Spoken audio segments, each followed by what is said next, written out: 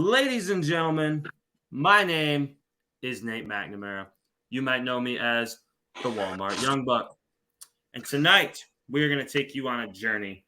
We're going to take you on a journey into the career of the greatest, most dominant, and most decorated combat sports athlete in the history of mankind.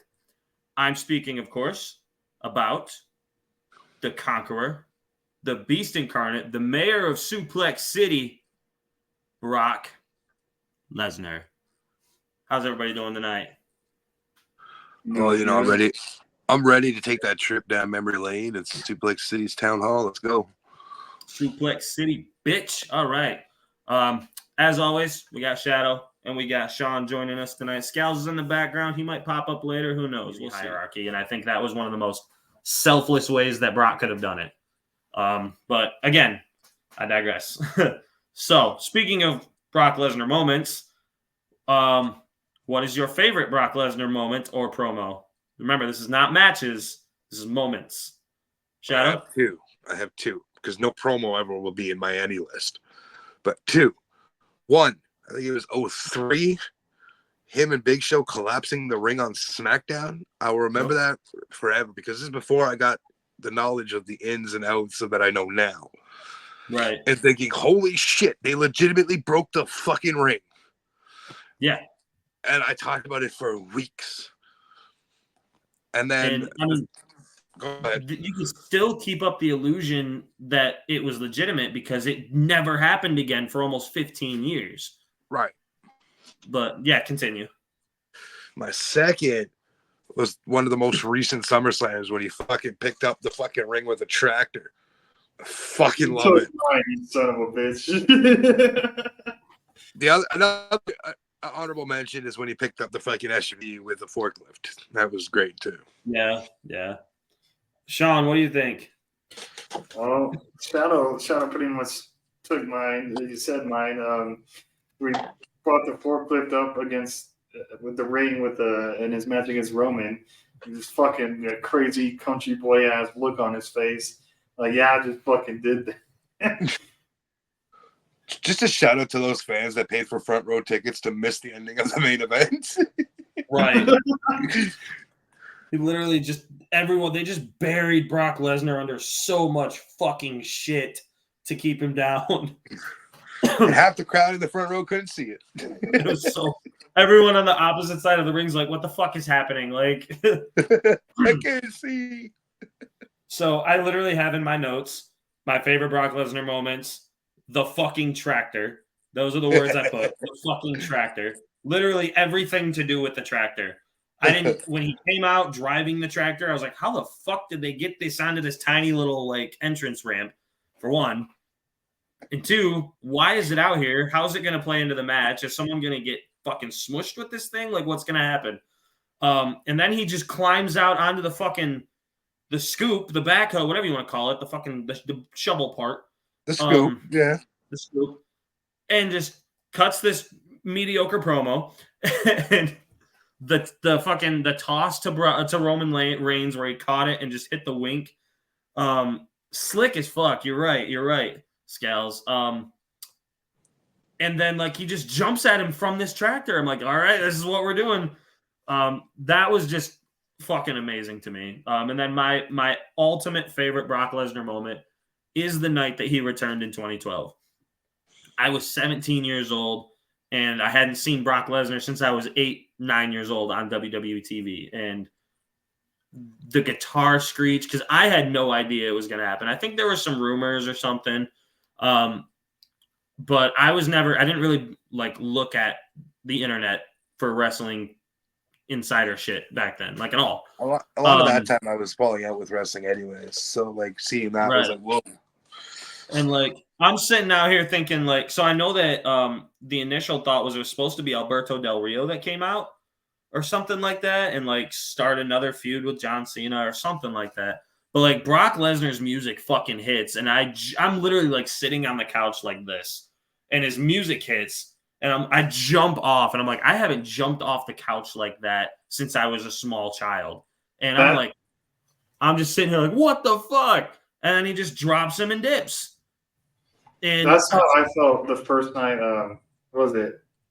Which WrestleMania was that where The Rock came back after 7 years? I was trying to avoid like all the rumors because they're like they even WWE announced that they're announcing the host of WrestleMania. I wanted to be genuinely surprised because, and then the Rock's music hit. I jumped the fuck up and I screamed at the top of my lungs.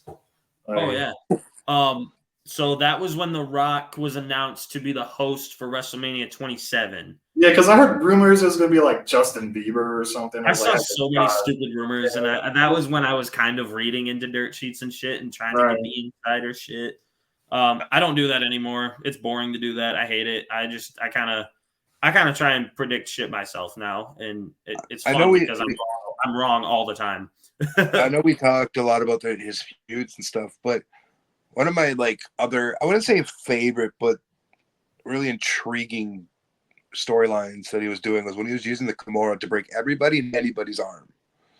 Oh yeah, did it to fucking Triple H, Mark Shawn Henry, Michaels. Triple H again, Big Show. Yeah, he did it to Shawn too, which was brutal. And then they brought it back for Cody.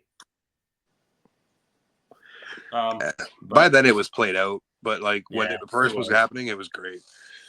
I thought Brock and Cody's feud was really good though. The feud itself was good, but the Kimura shit was just useless because I think they over exaggerated it a little bit. It didn't look that bad because the way he did it back in the day, it looked fucking painful. It looked gross. It looked like he just did it out of the UFC, and then he did it now. And it's like, okay, right. So moving to the next part, what would you say is your favorite Brock Lesnar match? Shadow.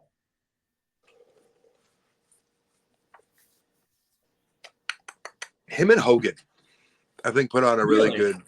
I think that's one of my favorites because like it's squid. Like you got to think the time it happened. A lot of us were still. This is before Hogan got racist, so. Like, I'm sure Hogan was always racist, but you know what I mean. This is before we all knew it. Okay? So like. You had Lesnar squish the embodiment of WWF/WWE at that time. Like that was the end all be all of WWE. It was Hulk Hogan. And having Lesnar destroy him the way he did, it's one of my favorite matches. Another one of my favorite matches, Lesnar and Cena, because I like watching Cena get thrown around the ring a million times. Understandable. And him and Reigns at that SummerSlam was really good. I thought that was their best match. That's legitimately my favorite last man standing match of all time. And you're a Shawn Michaels fan. Yeah. That was absolutely chaotic from start to finish. And that's what a last man standing match should be, in my opinion. But Sean, what is your favorite Brock Lesnar match? I'm going to have to say I have two. The Rock versus Brock Lesnar at SummerSlam, where The Rock put him over because The Rock was leaving for Hollywood. And then I'd have to do Eddie Guerrero versus Brock at No Way Out, where Eddie was crowned WWE champion for the first time. Oh, yeah. I mean, that match was kind of over. I mean, I wouldn't say overbooked, but it was booked in a way that they could get the title off of Lesnar and get the title onto Eddie. So the ending was kind of convoluted, but it kind of, if you actually like go back, watch the whole match, they put on a great fucking show before all that shit happened. So like the ending of it felt earned, honestly. Eddie definitely earned that championship, especially the way he performed that night. My favorite Brock Lesnar match, besides the last man standing match last year at SummerSlam, I got to say the triple threat match from the Royal Rumble in 2015 with him, Cena, and Rollins. That is, again, I don't know if that's, I can't even say it's recency bias because it was 8 years ago. Like, holy shit, was that an entertaining match. It was a car crash of a match. And 25 minutes of, Cena and Rollins kicking the shit out of Lesnar just for him to come back and kick the shit out of both of them. My favorite triple threat match ever. Like, I can't think of enough. I put that over Michaels, Benoit, Triple H. personally. Would you put it? Would you put it over Randy, Kurt, Ray? Yeah, I would, and I will tell you why. That match didn't go as long as it should have. That match with Orton, Angle, and Rey Mysterio only lasted about 12 minutes. The other part, And like another reason too, is that match had too much emotional charge to it because everybody felt Ray was winning. yeah, everyone it was kind of obvious that Ray would win.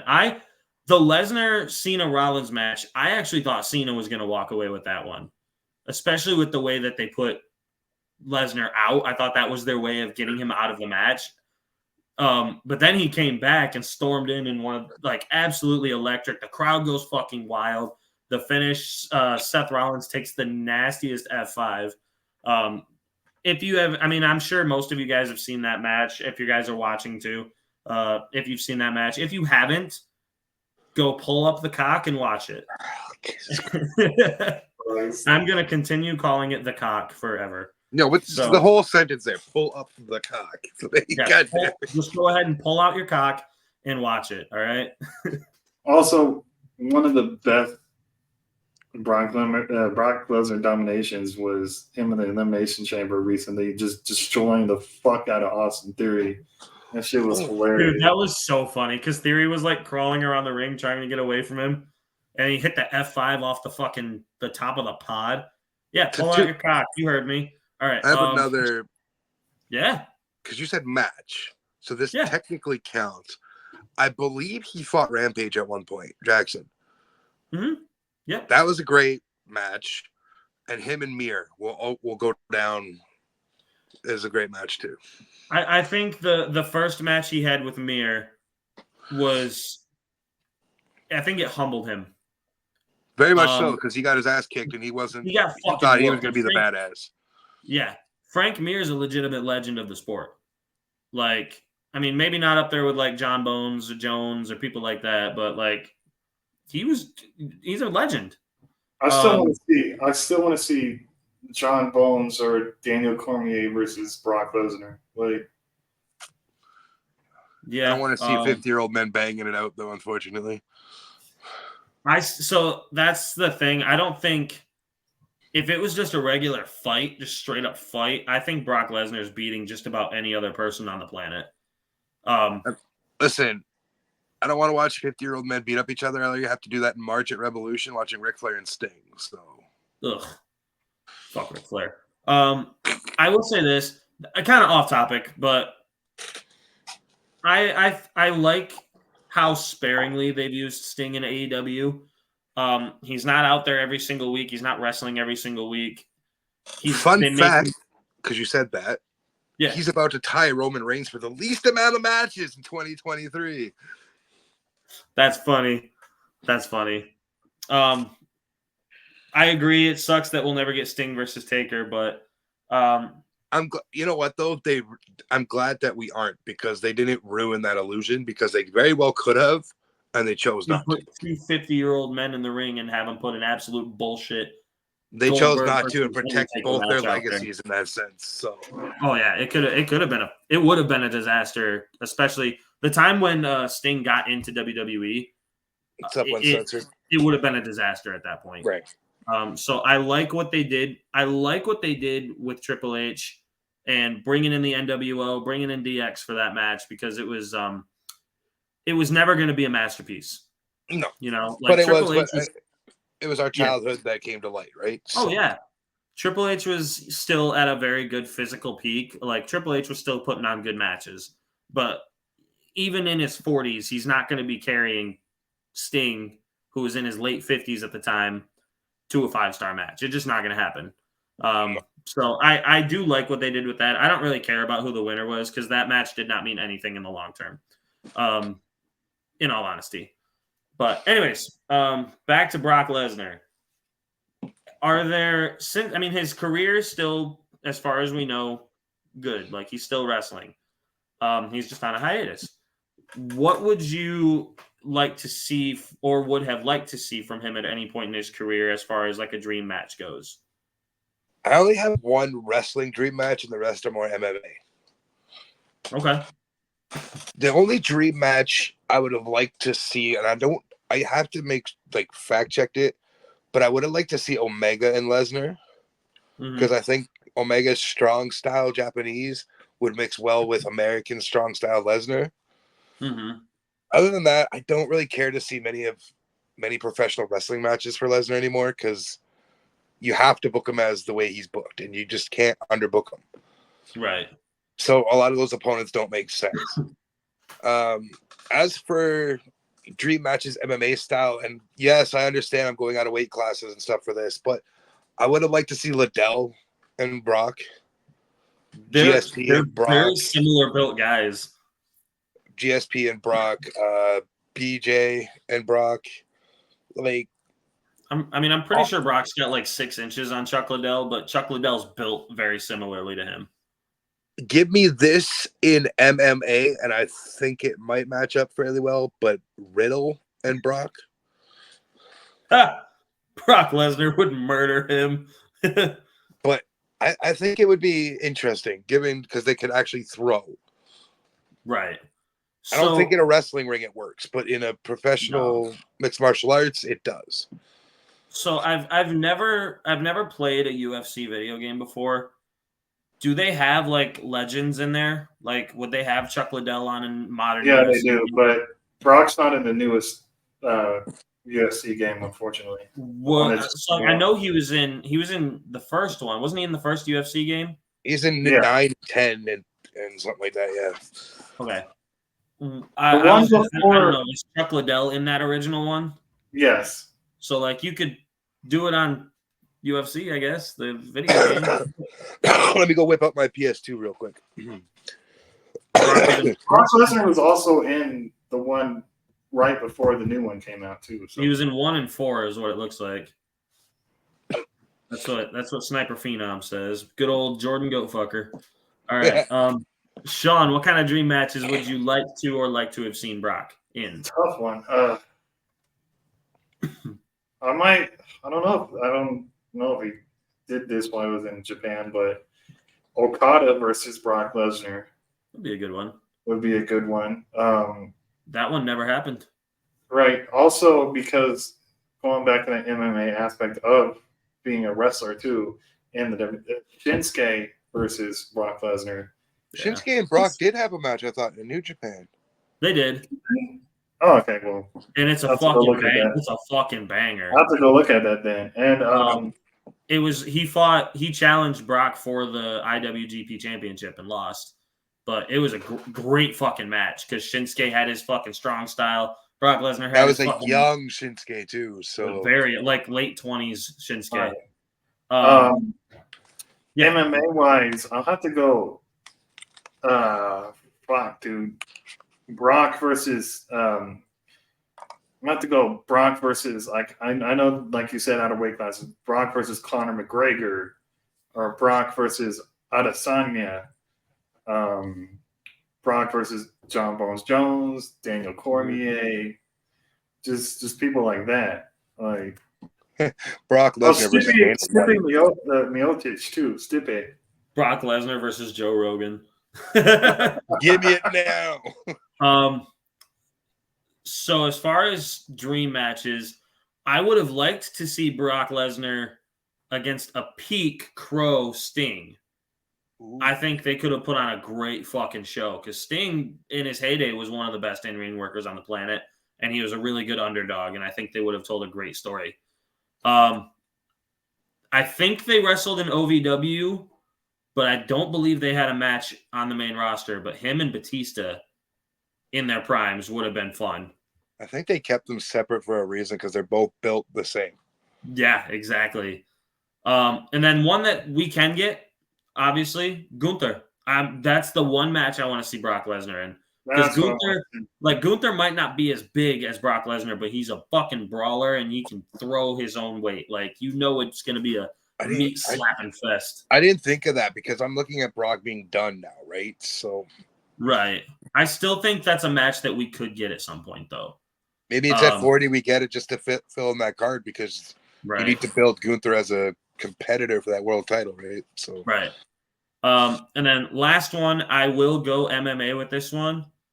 But this again, this is MMA, not WWE. Bobby Lashley, dude. Ooh. I would love to see them duke it out in a cage. That would have been fucking amazing because they're about the same weight, so they could be in the same weight class, and they could have and like. Ooh. So the only reason Bobby Lashley didn't work with the UFC is because they wanted him to be exclusive to the UFC and not work anywhere else. He was good enough to be in the UFC. They wanted him. I think he was 15-1 in his Bellator career. You So gave me a like, good idea for another dream match. Obviously, this isn't it, but also to fill in before I go to the dream match is Batista in MMA. But Brock Lesnar versus a prime UFC Ken Shamrock. okay, Shamrock was kind of a menace. Yeah. I can see that. Or Dan Severn. Oh yeah, I forgot Shamrock existed, to be fair. But I mean, Lesnar and Lashley are only a couple of years apart from each other in age. For one, same weight class, both championship amateur wrestlers. Like they have very similar backgrounds. Army, military background too. Even though Brock got discharged, but that'd be Bobby was a Marine, wasn't he? Bobby, I believe so. I think he was a fucking Marine. But yeah, Bobby versus Brock Lesnar in an MMA match would be fucking amazing. But anyways, before we kind of wrap things up, is there any kind of things we'd like to throw in, final thoughts, anything like that when it comes to Brock Lesnar? I think Scals is correcting us. Brock and Naka tagged for a match in New Japan. I swear to God, they fought one-on-one. I'm pretty sure they fought before, but that's neither here or there for this conversation. Oh, they did. I was going to say, I know I saw that fucking match. What was the question again? Sorry. Shinsuke and Brock, did they fight each other? Yeah, they did. No. Oh, final thoughts. Oh, okay. Final thoughts. No, man. I mean, all around, Lesnar is, in the words of Pat McAfee, he is what he is. Like, he is the male speak. Like, he is the alpha male. Yep. Sean? No, I mean, nothing to really know. Hall of Famer in his own right. Oh, 100%. You know? Hell yeah. You just ruined Nate's next question, dick. He's a Hall of Famer. I think that's unanimous. I mean, I think he should be a UFC Hall of Famer. I think he should be an MMA or WWE Hall of Famer. I don't know if New Japan has a Hall of Fame, but I think he would be in there too. In your research, I noticed the one thing you didn't mention, this is pretty much common knowledge, is Brock, and a lot of people don't like this, but Brock and Vince really have that father-son kind of bond. Right. And a lot of people are like, oh, that's not good, blah, blah, blah. But you got to think, Brock Lesnar is a small-town kid. He gravitated toward Vince at a very young age. He was the yes man kind of towards Vince and did what Vince wanted. He was the envisioned embodiment of what Vince wanted as a wrestler. He signed him at the age of 22 out of college. Like, it was the first thing that happened after he graduated from the University of Minnesota. And Brock doesn't hide the fact that he owes Vince a lot for the career and life he has. Like, because Brock was considering going to the Olympics. He was going to take time off and go to the 2004 Olympics. And Vince was like, nah, come work for me, man. I'll make you rich. Make you fucking rich. And he did. Dude makes more money than anyone else on the roster and only wrestles half the year and like only pay-per-views. There was that weird time period in like 2015, 2016 where he wrestled a few house shows. That's super weird to think about. But yeah, as far as Brock Lesnar goes, legitimately one of the greatest who will never be given the flowers that he deserves. He'll never be given the credit that I think he truly deserves. I think he's legitimately one of the most iconic and one of the most important professional wrestlers ever. I think he changed the game more than people realize he did.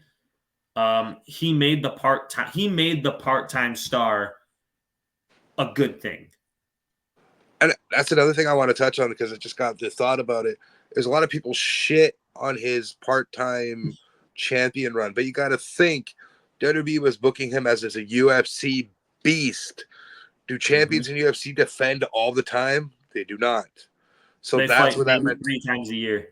that's where that mentality comes from when they had Brock do it, is because he was doing it in the UFC. Let's keep it that way and make him a marquee match. Yeah.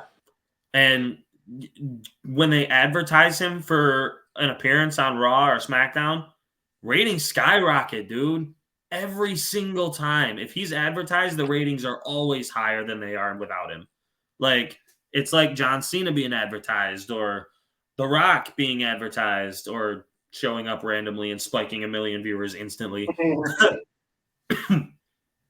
Excuse me. But yeah, Brock Lesnar as the he is the blueprint for the part-time star. If Brock Lesnar were on Monday Night Raw every single week, the guitar would stop being goosebump inducing. The guitar would stop, it'd be boring. There's nothing for him to do. He cannot be full-time. He doesn't have it would make everything terrible. That's basically what I'm getting at. Brock to television is what Taker is to Mania. Yeah. Couple of appearances here and there, but he is that attraction. Yeah, absolutely. Brock Lesnar is, I mean, there's a lot of part-timers did it so poorly. Goldberg was bad. Roman's bad. Roman Reigns has not been great part-time, I'll be honest, but still, he's got that. When he shows up, everyone fucking watches. I will give him that. I don't think the booking has been good with Roman Reigns, though. But not this year, no. Recently, yeah.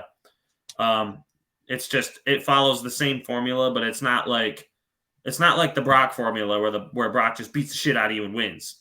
It's someone gets involved, Solo Sikoa gets involved, Jimmy gets involved, Jay gets involved somehow, and it's kind of wash, rinse, repeat. And that doesn't work for interference. It works if it's just someone getting fucked up by one guy. But I don't know. We could talk about that all fucking night if we wanted to. That could be a discussion for another time. With that being said, Shadow, where can we find you? You can find me right here every Saturday night with the Ringside Crew, aka Ringside Shadow, with Dusty and Scalzone. And Monday nights you can catch me and Jack's boat with Sorry for the Interruption, where we don't give a fuck if we interrupt your night. All right. Sean, where can we find you, buddy?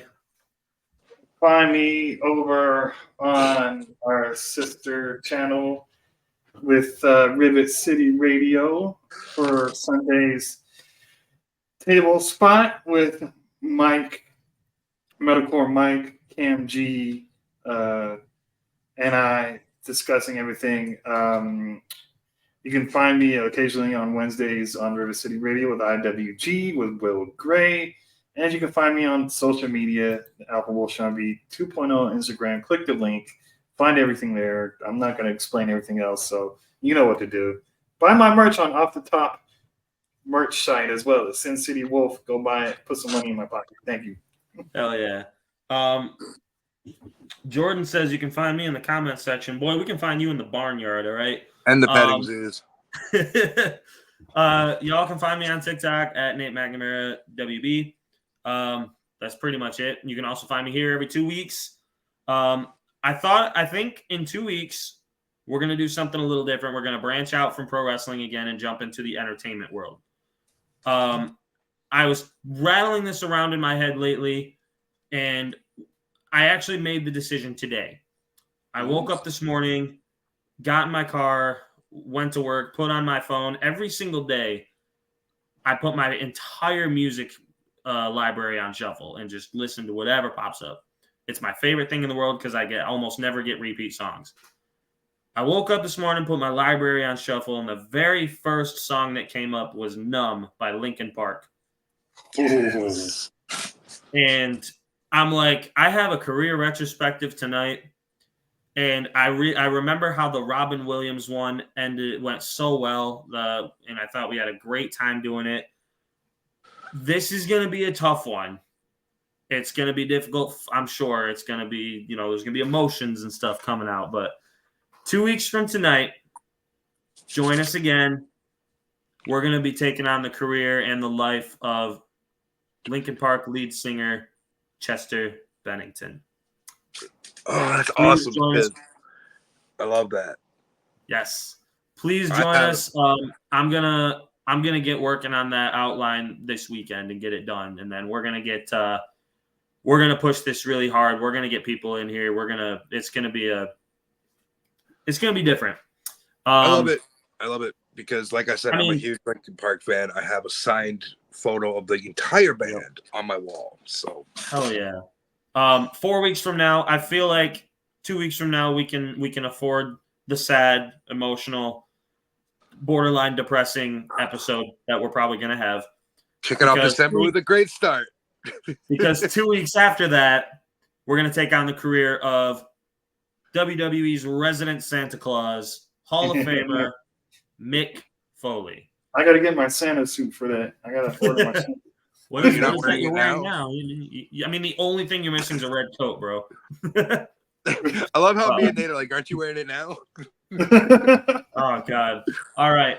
Everybody, thank you so much for joining us tonight. We'll see you next time. Have a great night.